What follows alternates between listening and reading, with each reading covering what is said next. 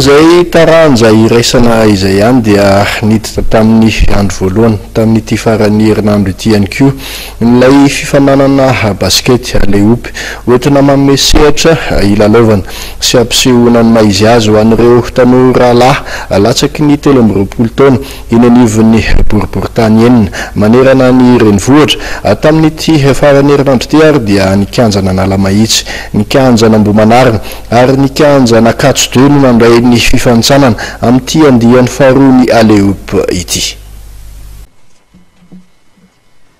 Ekipa enina ho an'ny boriboritany fahadimy, ekipa enina ho an'ny faharoa ary ekipa telo ho an'ny boriboritany fahenina.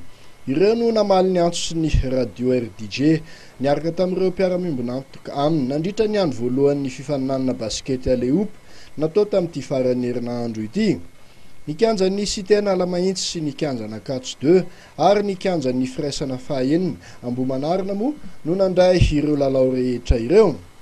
Saivina trano fa tafiditra ao anatin'ny fankalazan'ny RDJ ny 15 taonany ary natao hanomezana sehatra ilalaovana ireo tanora lahy latsaky ny 13 taona ny aleopy.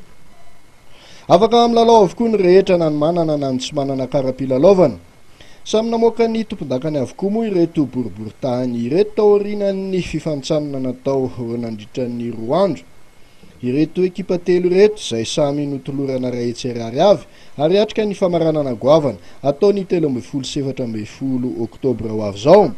Ny 9 sy 7 oktobra ho avy zao indray moa nanaovana ny fifanitsanana ho an'ny boriboritany voalohany sy fahatelo ary ny fahaefatra eny amin'ny kanja firaisakina 17 hektara, ny kanja Eskata Mena ary ny kanja Tambarinandrina.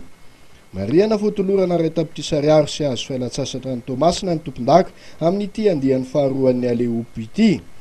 Tahaka ny tamin'ny andiany voalohany nataony taona 9 dia tsapa tokoa ny fitsinjovan'ny RDJ ny tanora eo amin'ny sehatry ny fanatanjahantena.